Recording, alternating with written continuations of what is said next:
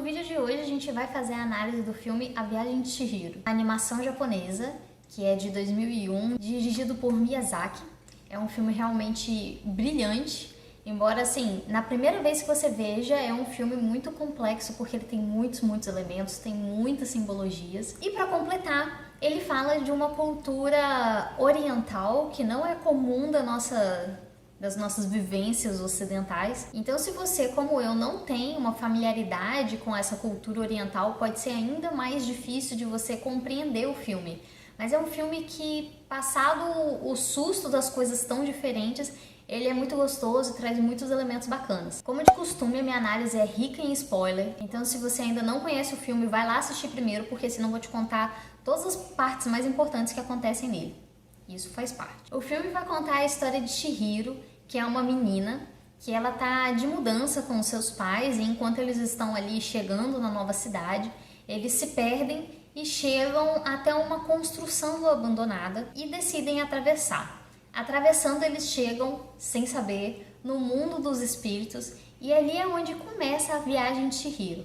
A primeira coisa que eu acho muito bacana de se pontuar, tanto da Viagem de Chihiro como de outros filmes do Miyazaki, é que a gente percebe a criança sendo representada de uma forma muito mais real do que a gente costuma ver nas animações. Principalmente se você pensar no estilo Disney, você vai ver as crianças muito estereotipadas e muito romantizadas. Vai ter passarinho aparecendo no fundo. Geralmente as crianças, elas têm ataques de raiva ou então choros de forma muito fora da realidade, onde começa de uma forma muito de repente, acaba de uma forma muito de repente, e as crianças são muito engraçadinhas e fofinhas, e às vezes elas apresentam comportamentos que não são tão condizentes com a idade. Por exemplo, do filme Monstros S.A., a Boo, ela não sabe falar nada, ela fala tudo embolado, mas quando ela vai no banheiro ela canta uma música super fofinha. E ali nesses filmes japoneses a gente vai ver uma criança que é mais real, uma criança que fica entediada, que tem comportamentos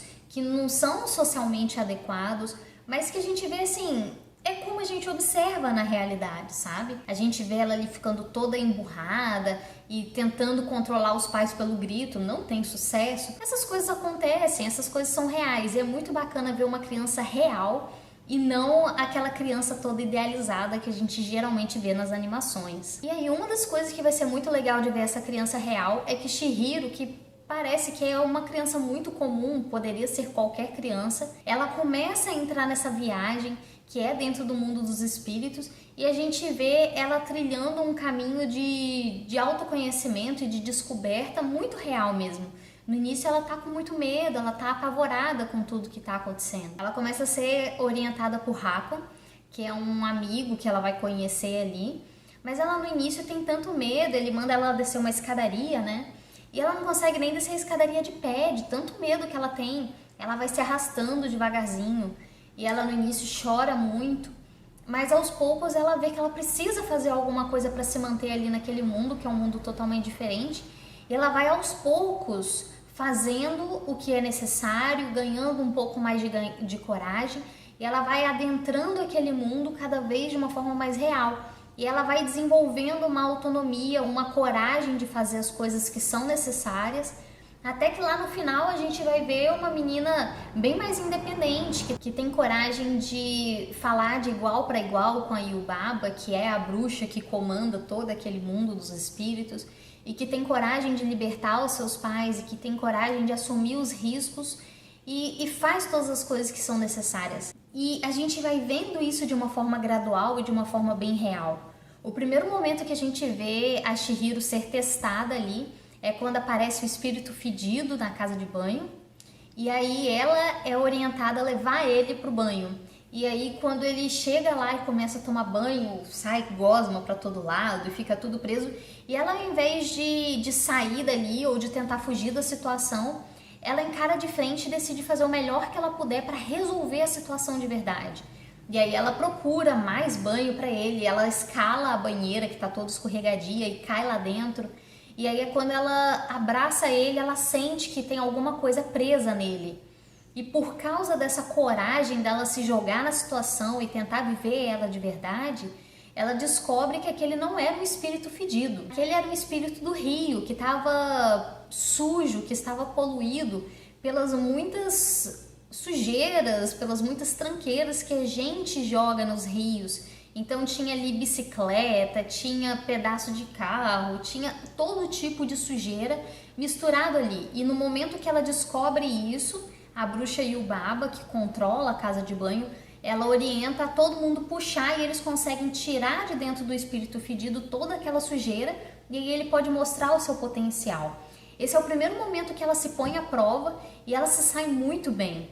Isso nos lembra que os heróis, eles não nascem heróis, eles se fazem heróis. É o caminho, são as dificuldades que tornam um herói, porque ele precisa enfrentar momentos muito difíceis e coisas que vão muito além das suas forças comuns para despertar essas forças dentro de si, essas forças que ele não conhecia, que não sabia que existia e se tornar mais forte do que ele jamais foi. E o herói, ele se faz desse caminho. Assim como a Chihiro, ela se torna a sua própria heroína dentro desse caminho. Nesse momento, tendo ajudado o espírito do rio tinha absorvido toda aquela sujeira, né? E por isso ele estava fedido. E ela limpa ele com um banho de ervas. E ele absorve essas ervas e junta elas e faz um bolinho de ervas e dá de presente para Chihiro. E da mesma forma que as ervas purificaram ele e libertaram ele, porque ele estava preso dentro daquele corpo fedido e ele volta a ter todo o seu potencial e poder voar, ele nem voava mais,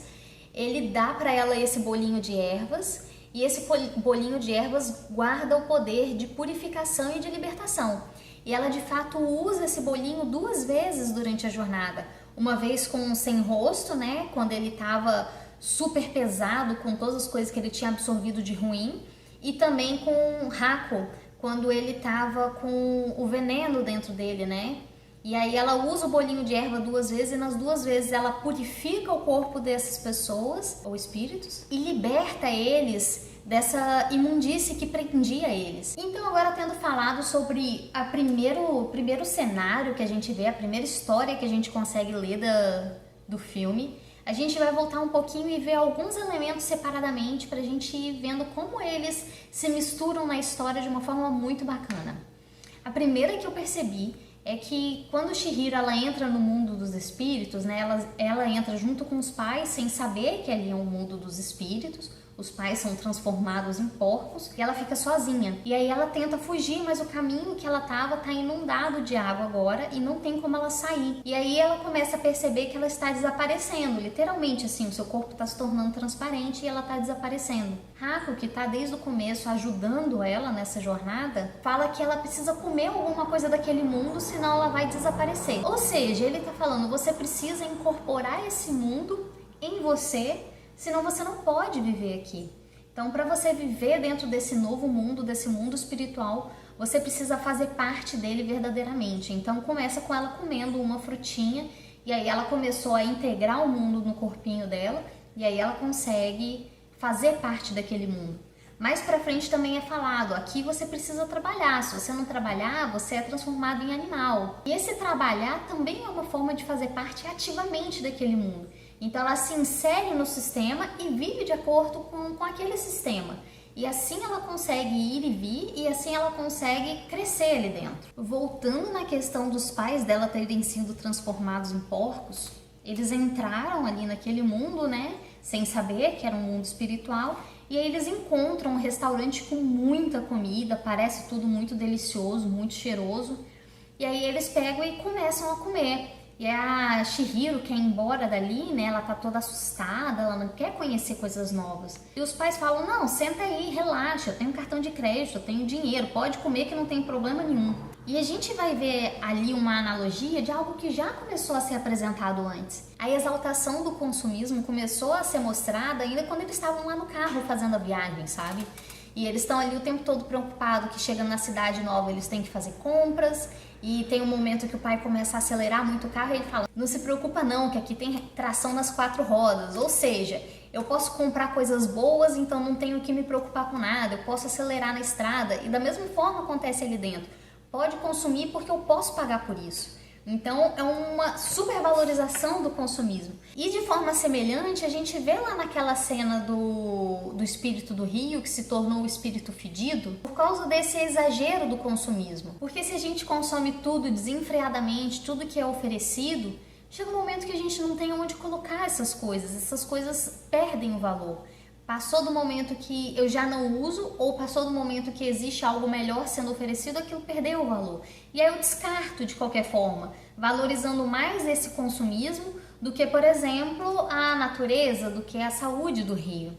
Então esse elemento ele vai aparecer de algumas formas, e é interessante que os pais dela são transformados em porcos, já que os porcos eles são o símbolo do capitalismo, né, do consumismo selvagem. Outro elemento bacana que aparece logo nesse comecinho é a questão da água. Quando ela tenta sair do mundo dos espíritos, ela se depara com um rio. O rio não existia quando ela entrou. E esse rio ele tá cercando o mundo dos espíritos. Eu fiquei ponderando bastante sobre essa questão da água, que ela vai aparecendo durante o filme o tempo todo.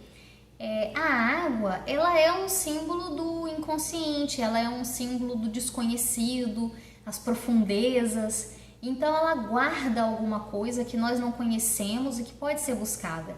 E aí a água ela vem nesse filme para isolar o mundo dos espíritos. Então, de forma análoga que a água ela é aquela que guarda o inconsciente, ela também guarda aí o mundo dos espíritos, que é um mundo que não é ordinário, que não é comum. E aí, a partir do momento que a Chihiro começa a incorporar mais essa cultura do lugar e que ela começa a trabalhar ali dentro, a gente vê que cai uma chuva muito forte. E essa chuva inunda tudo, até que parece que tudo é um mar. Tem um trem que passa ali perto e até o trem ele passa dentro da água, porque inunda tudo.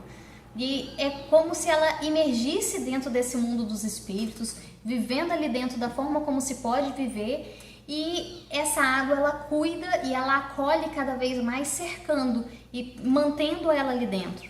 Já no final, quando ela consegue enfrentar a Yubaba e ela consegue sair dali junto com seus pais, toda aquela água desapareceu, então ela pode sair livremente. E a água já não está mais isolando aquele mundo, porque ela já não precisa ficar isolada, ela tem o direito de sair. O Hako ele aparece logo nesse início, mas eu vou deixar como último elemento para a gente falar, porque é um elemento muito bonito para a gente conversar. Então, o próximo que a gente vai conversar é sobre o Sem Rosto. Sem Rosto é um espírito que ela conhece primeiro na ponte, ele todo vestido, não é o jeito certo de falar, todo de preto, e usa uma máscara que não tem uma identificação específica, não mostra quem ele é o espírito do rio, ele é o espírito da natureza, não identifica ele de alguma forma. E depois a Yubaba vai falar que esse é o sem rosto.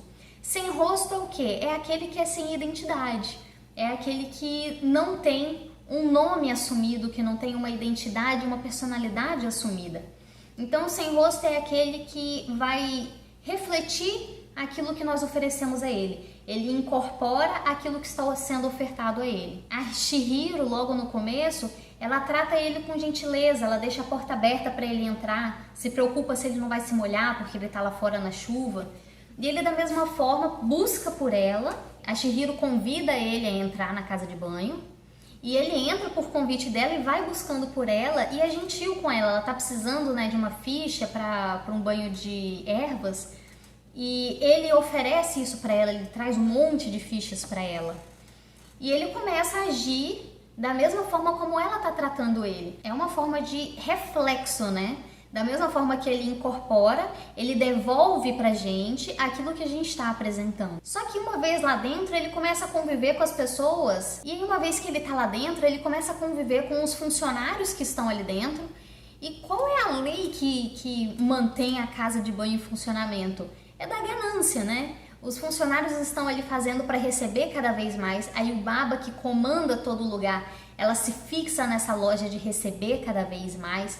E tudo que interessa para ela é isso. Ela tá o tempo todo ali contando dinheiro, contando pedras preciosas.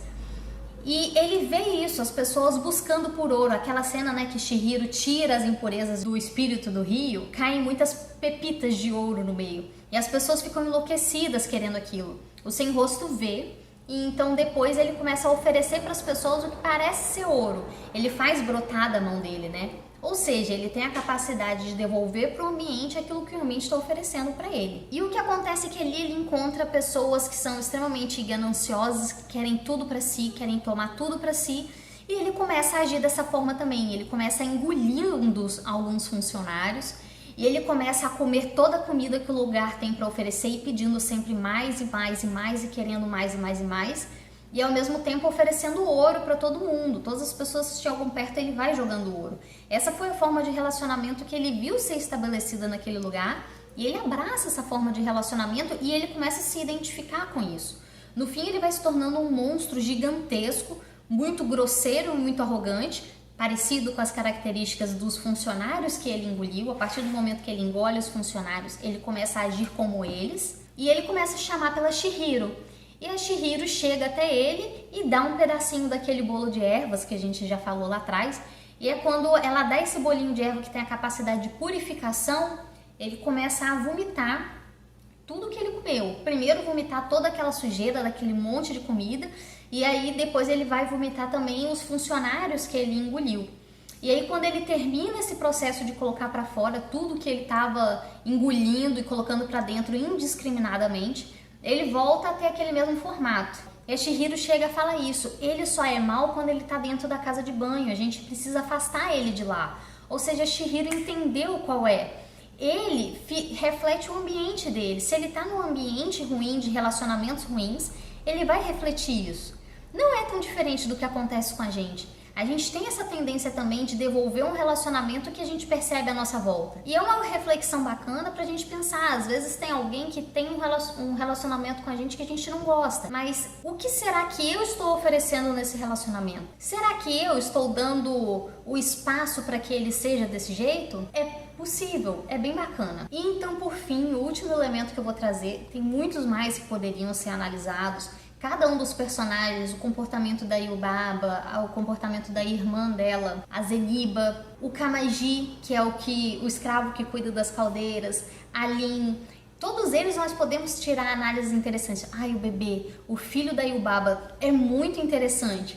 Mas vamos focar no relacionamento da Chihiro com o Haku, que a gente vê ali desde o começo da história. Ele logo no começo fala que conhece ela desde que ela era pequenininha. E mais pra frente a gente vai entendendo que ele é um espírito do rio, ele era um rio onde ela caiu quando ela era criança. E nisso que ela caiu ali, ele cuidou dela e levou ela até a parte mais rasa do rio, até a parte mais segura, para que ela se mantivesse em segurança e pudesse voltar para casa. Quando ela aparece ali no mundo dos espíritos, ele faz um movimento semelhante, porque ele guia ela, ele fala onde ela pode se esconder, onde ela pode conseguir trabalho, como que ela deve se comportar para ela conseguir estar em segurança. Então ele de alguma forma vai guiando Chihiro ali dentro para que ela chegue num lugar que é mais seguro e para que ela tenha a possibilidade de voltar para casa. Uma coisa que a gente vê durante o filme é que a Yubaba, que é a bruxa que comanda aquele mundo, ela controla as pessoas roubando o nome delas.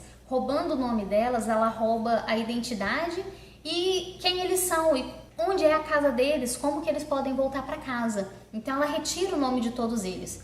Haku é o nome que ele conhece, mas não é o nome verdadeiro dele. Ele ajuda Chihiro a manter o seu próprio nome. Ela ali é chamada de Sen, e ele ajuda ela a manter o seu nome e não se esquecer. Porque se ela se esquece do seu nome, ela não se lembra do seu caminho de casa. E ele vai fazer esse movimento com ela, de auxiliar ela, que conecta ele a quem ele é. Esse movimento repetido conecta ele a quem ele é, desconecta ele de quem ele está sendo ali.